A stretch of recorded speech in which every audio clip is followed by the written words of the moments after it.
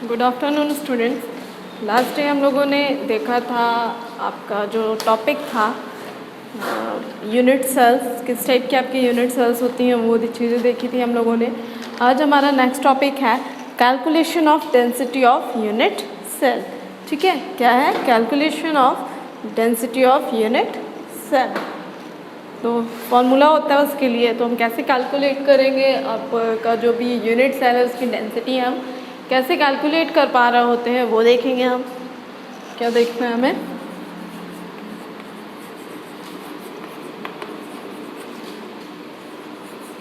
Calculation of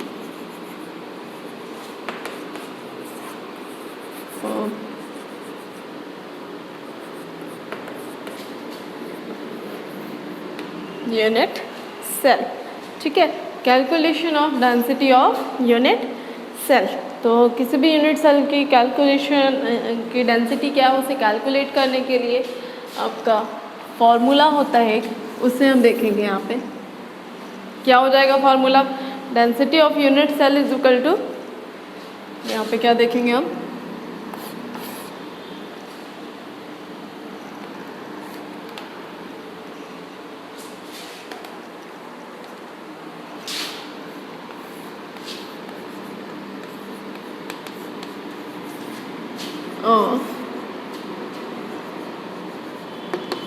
unit cell is equal to density of unit cell equal to क्या हो जाएगा? Mass of unit cell upon volume of unit cell.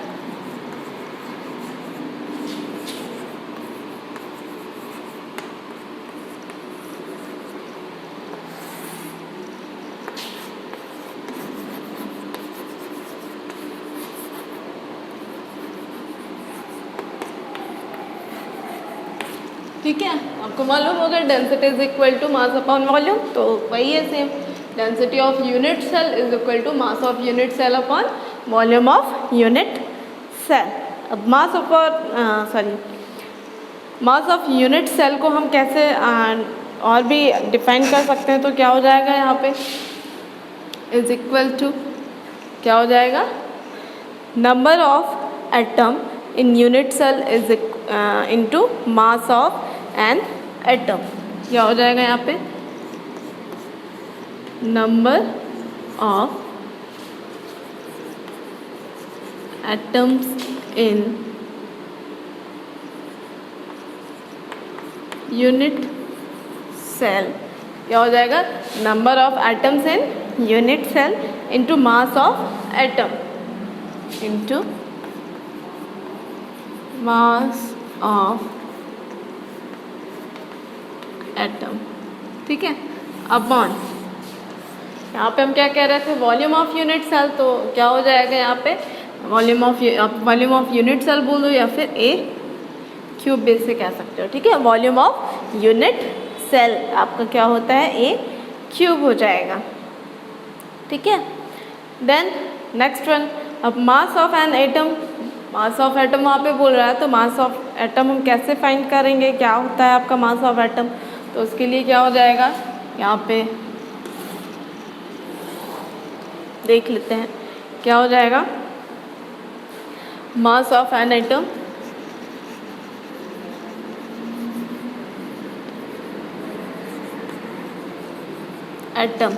Is equal to mass of an atom is equal to क्या होता है आपका? Atomic mass upon Avogadro number. Atomic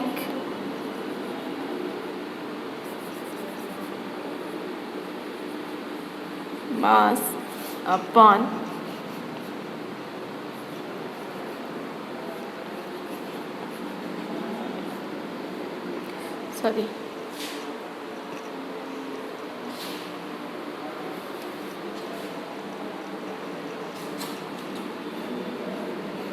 Avogadro number. ठीक है ना, क्या होता है? Mass of an atom is equal to क्या हो जाता है? Atomic mass upon Avogadro number. So यहाँ पे क्या हो जाएगा? इज इक्वल टू, आप इसे इधर ही लिख सकते हो। ठीक है, वहीं पे कर देते हैं, बेटर होगा। क्या हो जाएगा यहाँ पे,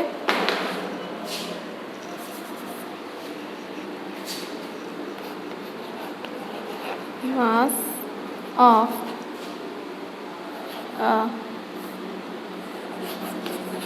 एटम इज इक्वल टू क्या होता है, एटॉमिक नंबर अपॉन एवोगैड्रो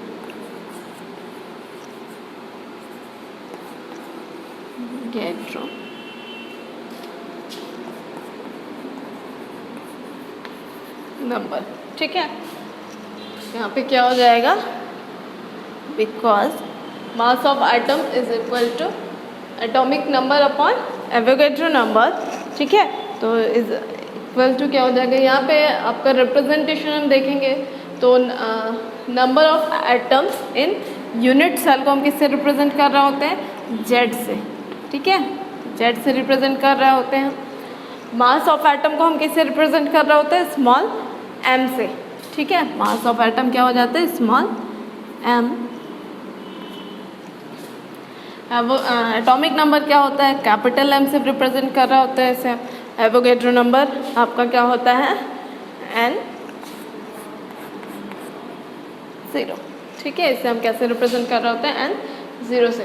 तो क्या हो जाएगा, density of unit cell is equal to mass of unit cell upon volume of unit cell. Then mass of unit cell को हम और कैसे बता सकते हैं, तो मास ऑफ यूनिट सेल क्या हो जाएगा आपका यहाँ पे, number of atom in unit cell into mass of atom. ठीक है, अपॉन ए क्यूब कह दिया, वॉल्यूम ऑफ यूनिट सेल को हम ए क्यूब से यहाँ पे रिप्रेजेंट कर सकते हैं। ठीक है, then just because of mass of a atom is equal to atomic number upon Avogadro number. Mass of an atom क्या होता है, किसी भी एटम का मास क्या होता है, उस एटॉमिक नंबर जो भी है उसका, एंड एवोगैड्रो नंबर से हम डिवाइड कर रहे होते हैं। सो नेक्स्ट यहाँ पे वैल्यूज पुट अप कर दोगे जब आप किसकी, मास ऑफ एटम की, तो क्या हो जाएगा यहाँ पे आपका, डेंसिटी इज इक्वल टू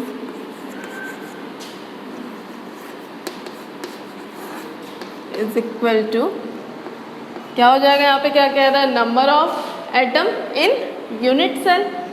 तो क्या होता है, Z। ठीक है, हमने क्या बताया, number of atoms in unit cell को हम किससे रिप्रेजेंट कर रहे होते हैं, Z से। ठीक है, कैपिटल Z से रिप्रेजेंट कर रहे होते हैं। देन क्या है, मास ऑफ एटम। तो मास ऑफ एन एटम के लिए क्या हो गया, atomic number upon Avogadro number. तो यहाँ पे क्या कर देंगे, आपका हो गया क्या, कैपिटल M, और यहाँ पे क्या हो गया, इनटू N0। ठीक है, ये वैल्यू रख दी हमने कहाँ पे, मास ऑफ एटम की जगह पे वैल्यूज पुटअप कर दी मास ऑफ एन एटम्स की। तो ये हो गई आपकी, एंड अपॉन में यहाँ पे क्या था, ए क्यू। तो ये हो गया आपका। ठीक है, यहाँ पे क्या हो गया, इसका मीनिंग क्या होता है, density is equal to number of atom in unit cell into atomic number upon volume of unit cell into Avogadro number. ठीक है, इस फॉर्मूले के थ्रू हम डेंसिटी फाइंड कर सकते हैं, या फिर हमें एटॉमिक मास फाइंड करना है तो हम, और डेंसिटी दे के रखी हुई है तो वो देख सकते हैं हम, वॉल्यूम क्या है, वो सारी चीज़ें हम इससे फाइंड कर सकते हैं। यहाँ पे आपका क्या हो जाएगा,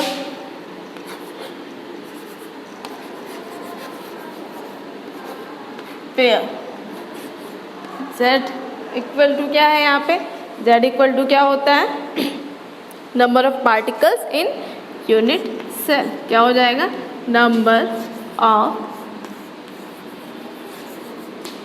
पार्टिकल्स इन यूनिट सेल। ठीक है ना, Z equal to number of particles in unit cell. Capital M आपका क्या होता है, यहाँ पे कैपिटल M की हम बात करेंगे तो क्या होगा, मोलर मास और एटॉमिक मास। क्या हो जाएगा यहाँ पे, एटॉमिक मास। ठीक है, capital M is equal to atomic mass. ठीक है, एक क्यूब की बात करेंगे तो आपका क्या होता है, वॉल्यूम होता है, वॉल्यूम ऑफ यूनिट सेल।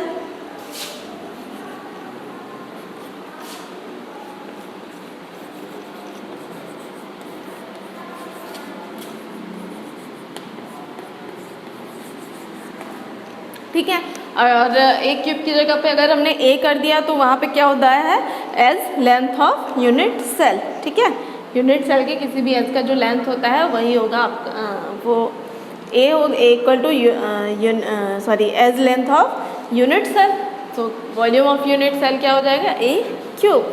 ठीक है ना, अब क्या बचा आपका, एन 0 इज इक्वल टू क्या है, ए वो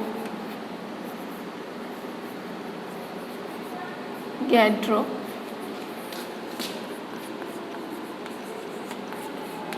नंबर। ठीक है, इस फॉर्मूले के थ्रू आप वैल्यूज़ फाइंड कर सकते हो।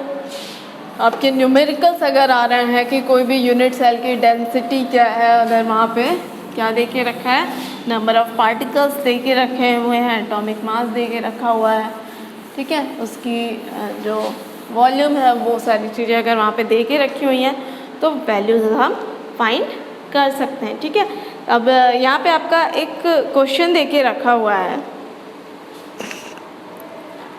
क्वेश्चन क्या होगा आपका, यहाँ पे क्वेश्चन यहाँ पे एक दे के रखा हुआ, the crystal of a metallic element is cubic lattice. ठीक है, आप देखिएगा क्वेश्चन यहाँ पे क्या दिया हुआ है, the crystal of a metallic element is cubic lattice. आपका जो मेटेलिक एलिमेंट है का जो क्रिस्टल है, क्रिस्टल ऑफ मेटेलिक एलिमेंट्स जो है वो किस टाइप का है, क्यूबिक लैटिस स्ट्रक्चर है, उसका क्यूबिक स्ट्रक्चर है। The edge length of unit cell is 2 × 10⁻⁸ centimetre. ठीक है, calculate the number of unit cells in 200 gram of metal. ठीक है, और यहाँ पे आपकी डेंसिटी दे के रखी है, density of metal is equal to 2.5 gram centimetre, sorry 2.5 gram per centimetre cube. तो यहाँ पे हम देख लेते हैं दे के क्या क्या रखा हुआ है आपका। तो सबसे पहले क्या दिया हुआ है, द लेंथ ऑफ, यहाँ पे क्या दे के रखा हुआ है, एज सॉरी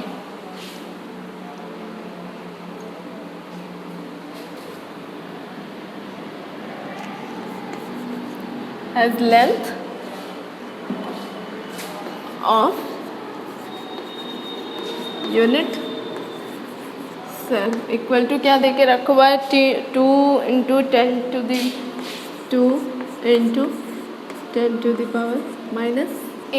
ठीक है, सेंटीमीटर। ठीक है, तो यहाँ पे आपका क्या ये हो गया आपका edge length of unit cell. ठीक है, सेकंड क्या देके रखा हुआ है, यहाँ पे गिवन है डेंसिटी ऑफ मेटल। ठीक है ना, क्या गिवन है यहाँ पे आपको, density of metal and number of unit cell, sorry weight आपका देके रखा हुआ है किसका, मेटल का। ठीक है ना, मेटल का वेट भी देके रखा हुआ है, तो 200 ग्राम हो जाएगा आपका। यहाँ पे क्या हो गया आपका, density of metal is equal to क्या दिया हुआ है, 2.5 gram centimetre per centimetre cube. ठीक है, ये देके रखा हुआ आपका, ये डेंसिटी हो गई एंड जो वेट है वो कितना है, number of units in 2 gram of metal. Metal का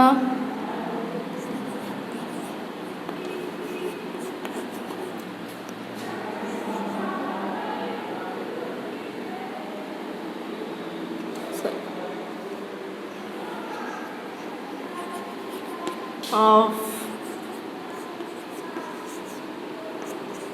मेटल इक्वल टू 200 ग्राम। ठीक है, ये वैल्यूज आपकी दे के रखी हुई हैं। अब इन वैल्यूज को हम क्या करेंगे, पुट अप करेंगे। तो आपको देख लेते हैं अब हम यहाँ पे क्वेश्चन। सबसे पहले हम क्या देखेंगे, वॉल्यूम फाइंड कर लेते हैं। तो क्या हो जाएगा, वॉल्यूम ऑफ यूनिट सेल यहाँ पे क्या हो जाएगा आपका, क्या हो जाएगा, volume of unit cell is equal to, क्या हो जाएगा यहाँ पे, लेंथ क्या दे के रखी हुई है एस की, किसी भी जो यूनिट सेल है उसकी एस की लेंथ क्या दे के रखी हुई है, 2 इंटू 10⁻⁸ सेंटीमीटर। ठीक है, बात करेंगे हम वॉल्यूम की, तो क्या हो जाएगा, क्यू। ठीक है, अब यहाँ पे वॉल्यूम आप फाइंड कर लो, तो क्या हो जाएगा, 8 इंटू 10⁻⁻24 सेंटीमीटर क्यूब। ठीक है, ये हो गया आपका volume of unit cell. Then volume of 200 gram metal क्या हो जाएगा, volume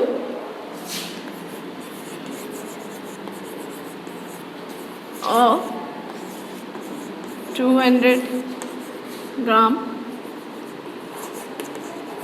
metal is equal to, क्या हो जाएगा, क्या बोल रहा है, volume of 200 gram metal. 200 gram का जो मेटल्स है उसका वॉल्यूम क्या हो जाएगा आपका, तो क्या हो जाएगा, मास अपॉन डेंसिटी। ठीक है, यहाँ पे क्या होता है, volume is equal to mass upon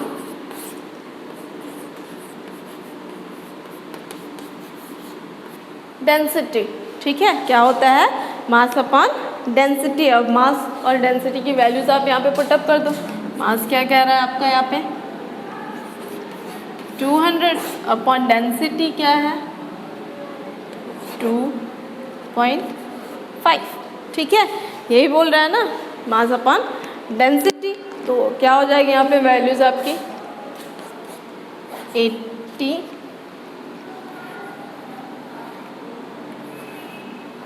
ठीक है, 80 सेंटीमीटर क्यूब, सेंटीमीटर क्यूब। ये क्या हो गया, वॉल्यूम हो गया किसका, 200 ग्राम मेटल्स जो है उस 200 ग्राम मेटल आपका जो है उसका क्रिस्टल जब फॉर्म होगा तो उसकी डेंसिटी क्या हो जाएगी, 80 सेंटीमीटर क्यूब। ठीक है, ये तो आ गया आपका डेंसिटी। अब हमें यहाँ पे फाइंड क्या करना है, calculate the number of unit cells. ठीक है, ये हो गई आपकी डेंसिटी। अब नंबर ऑफ यूनिट सेल देख लेते हैं। एक यूनिट सेल की डेंसिटी उसने क्या दे के रखी हुई है, सॉरी, अब आगे यहाँ पे आपका ये हो गया। आगे हम देख लेते हैं नंबर ऑफ यूनिट सेल्स कितनी हो जाएंगी आपकी। तो उसके लिए क्या हो जाएगा, नंबर ऑफ यूनिट सेल्स के लिए क्या हो जाएगा, number of unit cell in 80 centimetre cube क्या हो जाएगा, number of unit cell in 80 centimetre cube is equal to total volume upon volume of 1 unit cell is equal to क्या हो जाएगा, total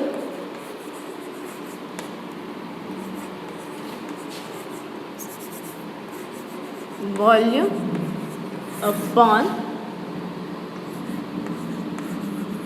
volume of 1 unit cell. ठीक है, क्या हो जाएगा, total volume upon volume of 1 unit cell. तो यहाँ पे क्या हो जाएगा, टोटल वॉल्यूम क्या है आपका 80 centimetre cube and volume of 1 unit cell हमने फाइंड किया था, क्या आ रहा था 8 इंटू 10 टू द पावर, यहाँ पे क्या हो जाएगा is equal to 80 upon 8 into 24। ठीक है, ये आ रहा था आपका।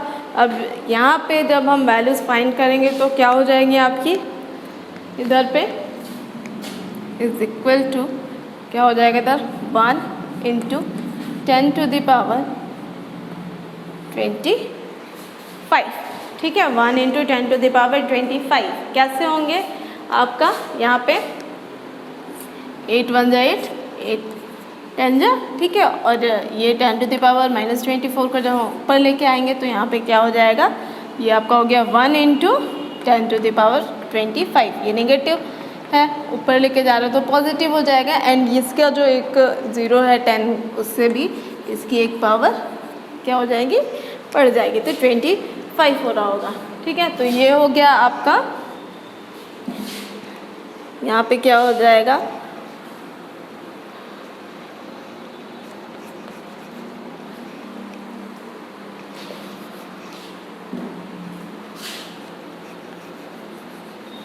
thus number of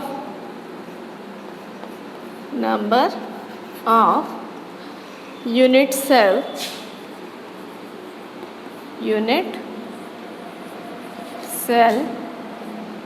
in 200 gram metal is equal to 1 into 10⁻25, ठीक है। ये हो गया आपका आंसर। इस टाइप से हम क्या कर सकते हैं, क्वेश्चन को आप सॉल्व कर सकते हो, ठीक है। तो इस टाइप से कैलकुलेशन होते हैं, सॉल्व करने होते हैं क्वेश्चंस हमें। यहाँ पे number of unit cells find कर सकते हैं हम, सेम फॉर्मूले से हम डेंसिटी फाइंड कर सकते हैं कि डेंसिटी क्या होगी, ठीक है।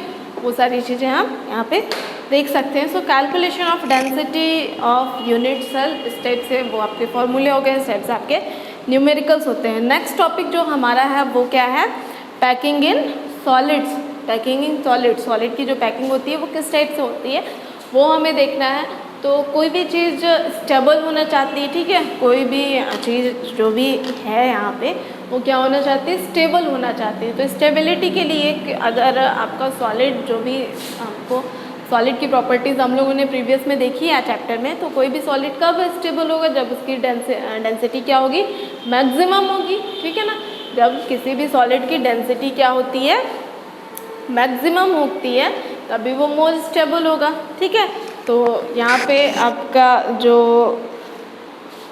क्वेश्चन, जो पैकिंग है, ठीक है, पैकिंग होती है सॉलिड्स की, वो किस टाइप से होती है, जिससे उसकी डेंसिटी क्या हो जाएगी, मैक्सिमम हो, ठीक है। डेंसिटी मैक्सिमम होगी तो उसकी स्टेबिलिटी भी क्या हो जाएगी, मैक्सिमम हो जाती है। यहाँ पे देख लेते हैं हम थोड़ा सा क्या होगा पैकिंग इन सॉलिड।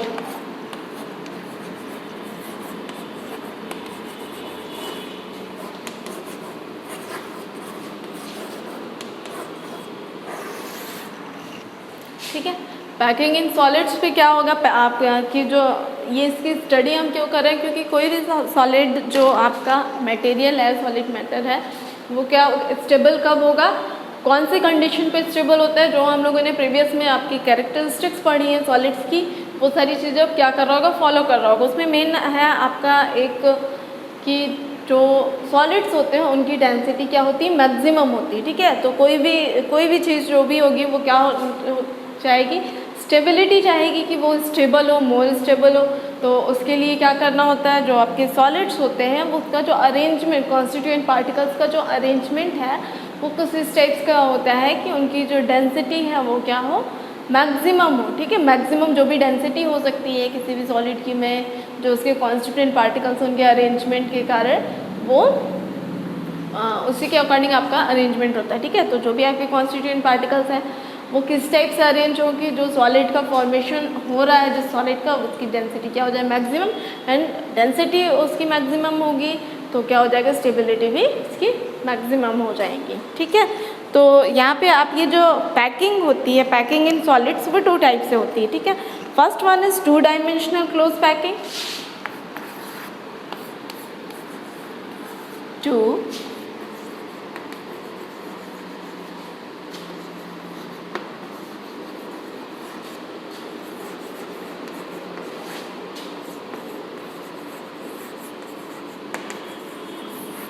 पैकिंग, ठीक है। First one is two dimensional close packing and second three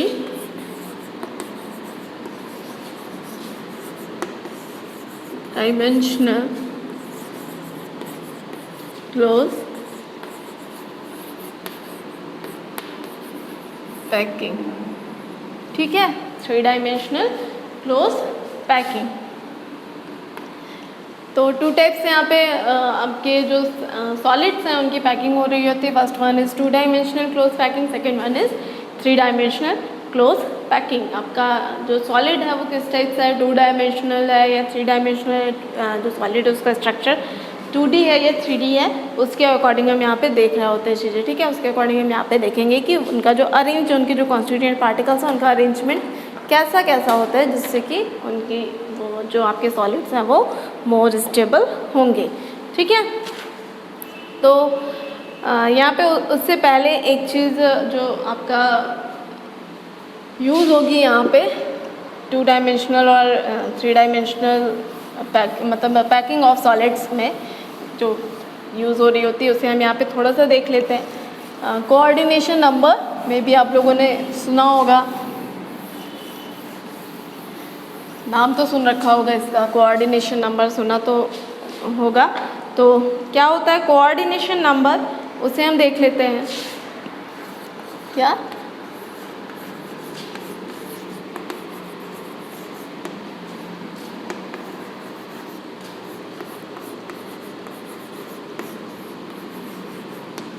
ठीक है, क्या दे होता है कोऑर्डिनेशन नंबर। कोऑर्डिनेशन नंबर आपके यहाँ पे यूज़ होगा। कोऑर्डिनेशन नंबर के अकॉर्डिंग हम चीज़ों को थोड़ा सा डिफरेंशिएट कर पा रहे होते हैं कि आपका 2D स्ट्रक्चर में टू डायमेंशनल में भी आपके टाइप्स होते हैं, तो वो किस टाइप के होंगे थ्री डायमेंशनल में इस टाइप से। तो देख लेते हैं हम पहले। आपका जो कोऑर्डिनेशन नंबर होता है वो होता क्या है, डेफिनेशन आप लिख लो, देन हम आपको बताएंगे कि क्या होता है। तो क्या होता है आपका, द नंबर ऑफ एटम और नियरेस्ट नेबर, द यहाँ पे क्या हो जाएगा, the number of atoms, the number of atom और nearest neighbour.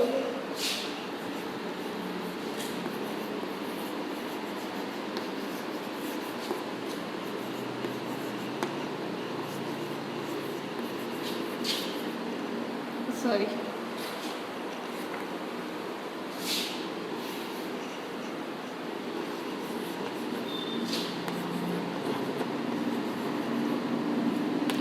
nearest neighbor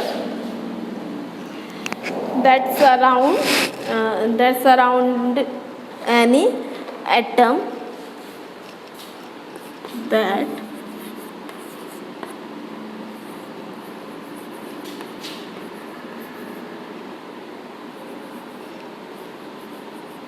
surround any atom is called its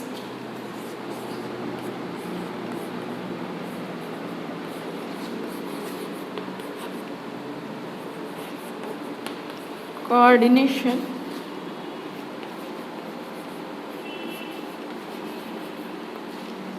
number. ठीक है, क्या होता है, द नंबर ऑफ एटम और nearest neighbours that surround any atom is called its coordination number, is called its coordination number. ठीक है, क्या होता है आपका यहाँ पे स्ट्रक्चर देख लो। सपोज आपका 2G स्ट्रक्चर है, स्क्वायर क्लोज पैकिंग है। ठीक है, इस टाइप से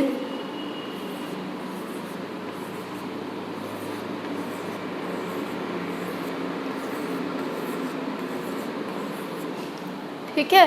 और अब यहाँ पे हम किसी एक एटम की बात कर लें, अगर हम बात कर रहे हैं इस एटम की, ठीक है ना, तो क्या कह रहा है, द नंबर ऑफ एटम्स और नियरेस्ट नेबर, ठीक है, नंबर ऑफ एटम या फिर नियरेस्ट नेबर जो है उसके, that surround any atom is called its coordination number, जो उसको क्या कर रहा हो, सराउंड कर रहा हो। तो यहाँ पे क्या है, इससे इसके साइड में क्या है, ये, ठीक है, ये आपका हो गया first one, second, third, fourth, ये क्या है, एक एटम जो है उसके सराउंडिंग एटम्स है, ठीक है। ये सारे क्या है आपके, ये एक एटम हो गया और ये उसके सराउंडिंग एटम्स हो गए।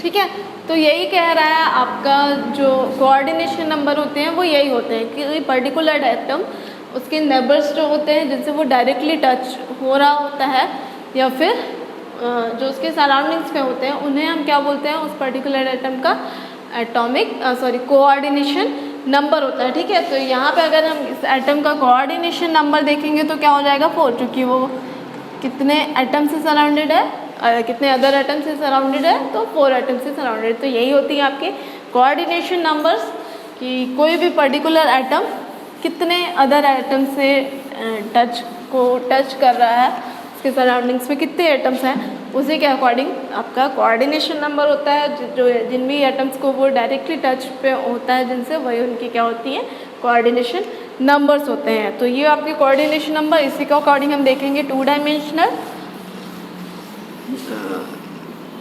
Close packing and 3 dimensional close packing. ठीक है, तो सबसे पहले क्या देखेंगे, 2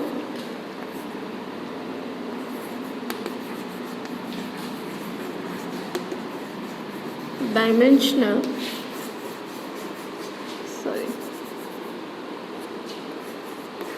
close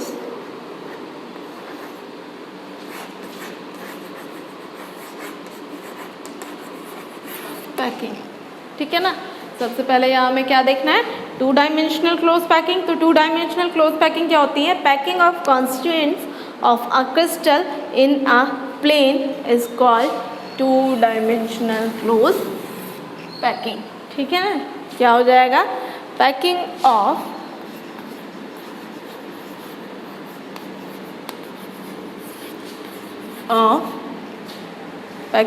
constituent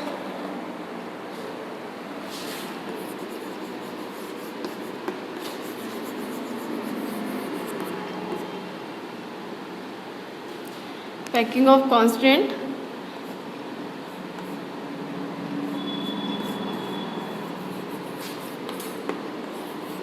particles in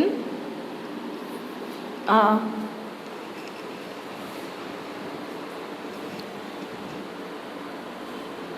constituent particle of a crystal, constituent particle of a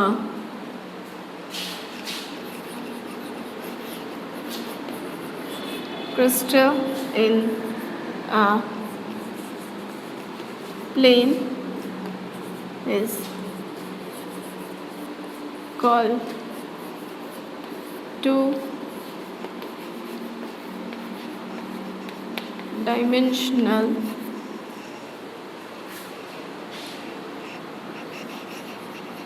close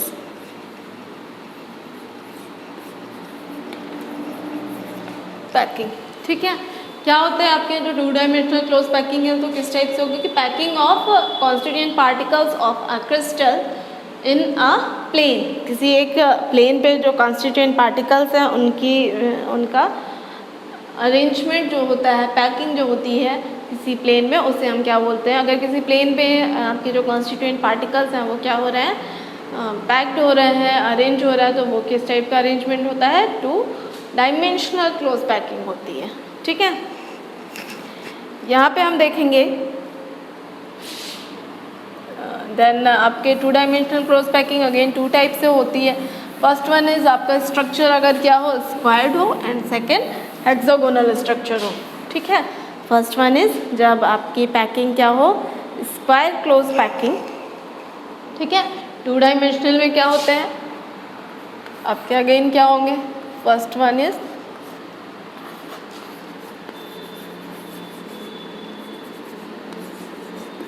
square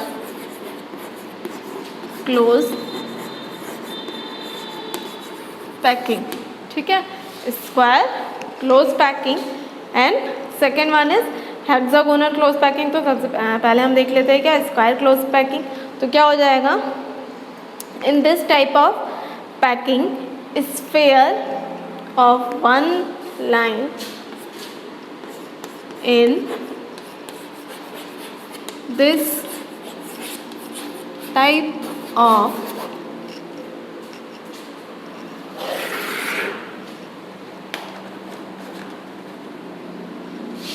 this type of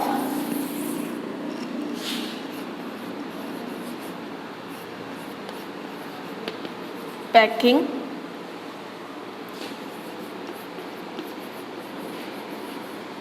sphere of one line is sphere of one line is one line are just over the other, one line are just over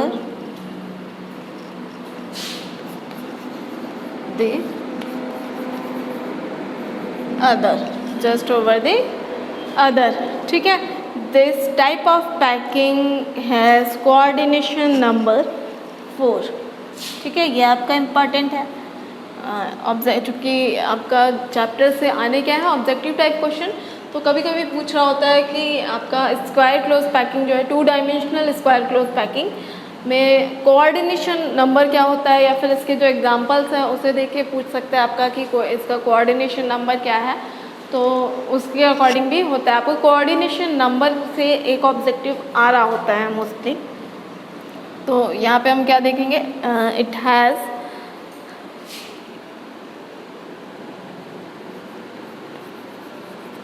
this type of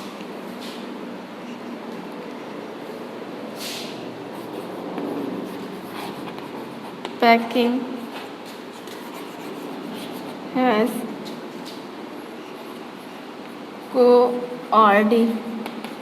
coordination number 4, ठीक है। This type of packing has coordination number 4। तो आपका जो square close packing है वो क्या होती है, in this type of packing sphere of one line are just over the other, this type of packing has coordination number 4। इसका आपको बना के दिखा देती हूँ किस टाइप से होगा।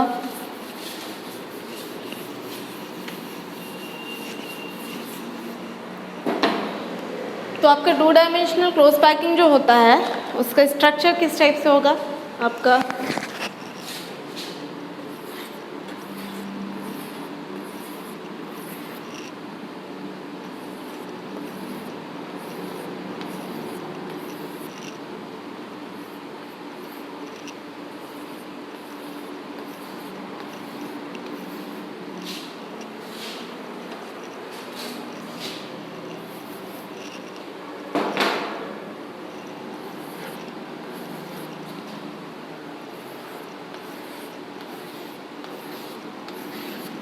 ठीक है। ये हो गया आपका स्क्वायर क्लोज पैकिंग, ठीक है ना। यहाँ पे ये आपकी क्या हो गई, स्क्वायर क्लोज पैकिंग।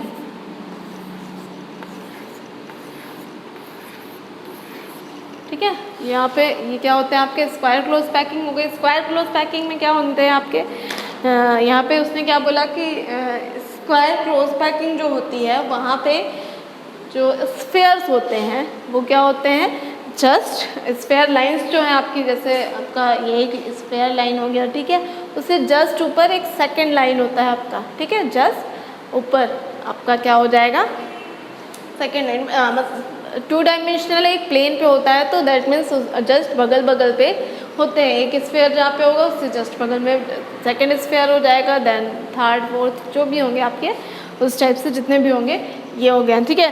देन क्या कह रहा है, this type of packing has coordination number 4, तो वो कैसे होगा, तो यहाँ पे अगेन हम देख लेते हैं। हमने क्या बताया, कोऑर्डिनेशन नंबर क्या होता है, कोई भी एटम जितने भी अदर एटम से डायरेक्टली टच कर रहा होता है, जितने भी अदर एटम्स को वो क्या कर रहा होता है, टच कर रहा होता है, वही उसकी क्या होती है, कोऑर्डिनेशन नंबर होती है, या उसके सराउंडिंग्स पे जो उसके नंबर्स होते हैं वो होते हैं, ठीक है। तो यहाँ पे डायरेक्टली कितने टच में है, दिस वन, ठीक है, ये आपका फर्स्ट हो गया, it's second, third and fourth, ठीक है। यहाँ पे कितने हो गए, 4 एटम्स हैं जो कि क्या है, डायरेक्टली टच में, ठीक है। 4 एटम्स यहाँ पे डायरेक्टली टच में है, तो इसलिए कोऑर्डिनेशन नंबर यहाँ पे क्या हो जाएगी, 4 हो जाती है, ठीक है। किसी भी एटम की आप बात कर लो, यहाँ पे अगर हम देख लें, अगर हम इस एटम को देख रहे हैं तो यहाँ पे भी क्या हो जाएंगे, 4 हो जाएंगे, क्योंकि ये 1 2 3 एंड 4 एटम्स को डायरेक्टली टच कर रहा हो, तो इनकी कोऑर्डिनेशन नंबर क्या हो जाती है, 4 हो जाती है। कोई भी सॉलिड्स जिनमें क्या हो, 2 डायमेंशनल स्पाइरल क्लोज पैकिंग हो, वहाँ पे उनके कोऑर्डिनेशन नंबर्स क्या हो जाते हैं, 4, ठीक है।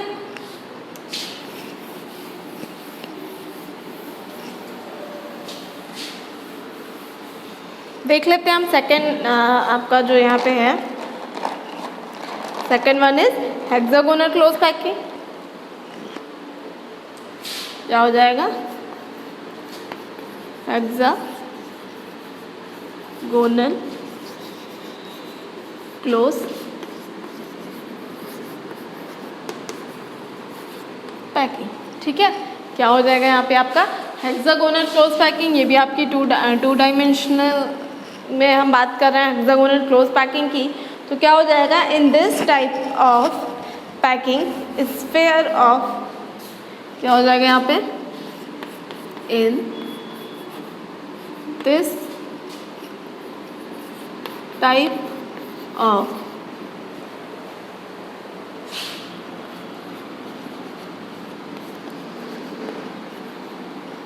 packing, in this type of packing, sphere of every second row,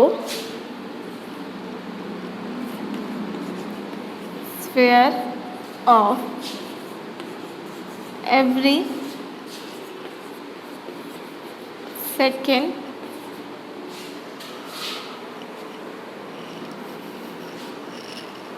sphere of every second row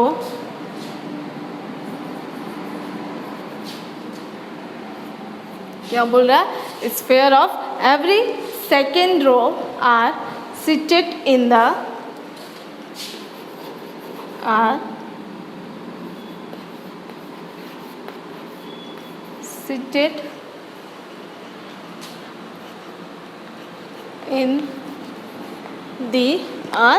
seated in the depression between the sphere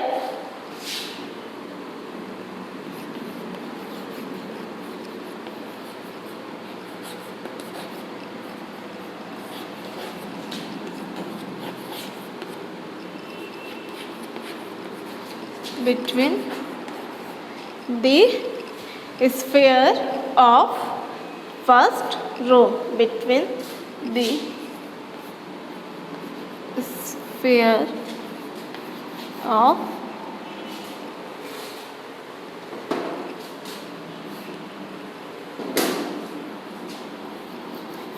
of first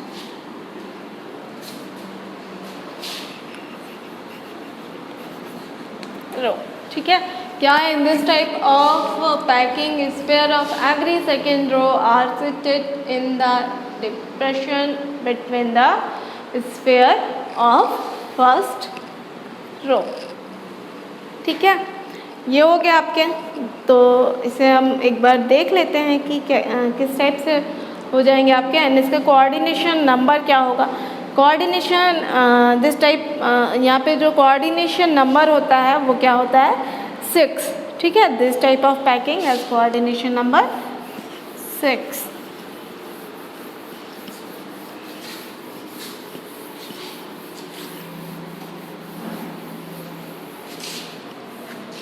तो यहाँ पे स्ट्रक्चर आपका किस टाइप का होगा,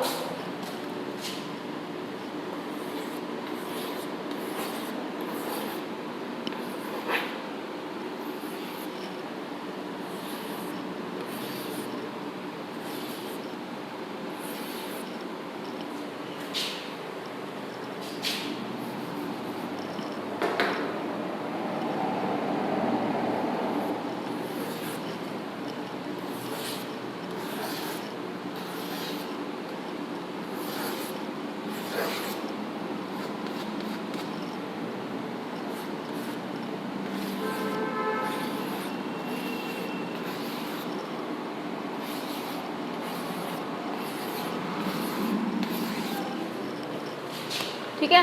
कुछ इस टाइप का होता है। क्या बोल रहा है यहाँ पे आपका जो डेफिनेशन है वो क्या कह रही है, this type of packing spheres of every second row are seated in the depression between the sphere of first row. यहाँ पे आपका ये हो गया फर्स्ट रो, ठीक है। देन यहाँ पे जो इनकी स्पेस होता है, ठीक है, डिप्रेशन बिटवीन द स्पेस, इधर पे सेकेंड आपका होगा, ठीक है। दो जो स्फेयर्स है उनके सेंटर पे आपका यहाँ पे आ रहा होता है सेकेंड रो जो होती है उसके स्फेयर्स, ठीक है। अगेन तब इन दो के सेंटर में ये दो स्फेयर्स पे क्या आ रहा है, ये आपका जो थर्ड रो है वो, ठीक है। तो एवरी सेकेंड रो इस टाइप से अरेंज होती है आपकी। तो यहाँ पे हम देख लेते हैं इनका कोऑर्डिनेशन नंबर क्या है। तो हम देखते हैं, सपोज हमने ले लिया इस एटम को, ठीक है। पर्टिकुलर किसी भी एटम को आप ले सकते हो, सबके कोऑर्डिनेशन आपका जो सेम काइंड का एटम पैकेजिंग होगी, यहाँ पे पैकिंग होगी, वो उसके कोऑर्डिनेशन नंबर क्या होते हैं, कॉमन होते हैं। आप कोई भी आइटम उठा सकते हो, इधर से इसे भी ले सकते थे, यहाँ पे कुछ भी ले सकते हो। तो इधर हम देखें, this one is first, second, third, fourth, fifth and 6, ठीक है। ये 6 एटम से डायरेक्टली टच पे है, डायरेक्टली इनको टच कर रहा है, ठीक है। कोई भी पर्टिकुलर एटम आप देख लो, वो 6 एटम से डायरेक्टली टच में है। उसके सराउंडेड कितने एटम्स हैं, 6 एटम्स हैं, ठीक है, जिन्हें वो टच कर रहा है। तो इनका कोऑर्डिनेशन नंबर क्या हो जाएगा, यहाँ पे क्या हो जाएगा, हेक्सागोनल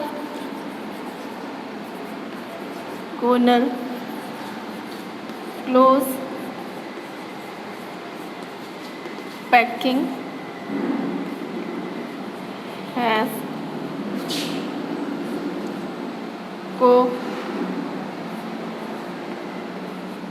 कोऑर्डिनेशन नंबर 6, ठीक है। तो इनके जो कोऑर्डिनेशन नंबर होते हैं वो क्या होते हैं, 6 होते हैं। यहाँ पे आप अगर बात करोगे डेंसिटी की, तो हेक्सागोनल क्लोज पैकिंग की जो डेंसिटी होती है वो ज़्यादा होती है, एंड जो स्क्वायर क्लोज पैकिंग की डेंसिटी है वो क्या होती है, कम होती है, ठीक है। आप यहाँ पे 2 डायमेंशनल क्लोज पैकिंग में जब हम देख रहे होंगे, तो जो स्क्वायर 2 डायमेंशनल क्लोज पैकिंग में आपके टाइप्स हैं।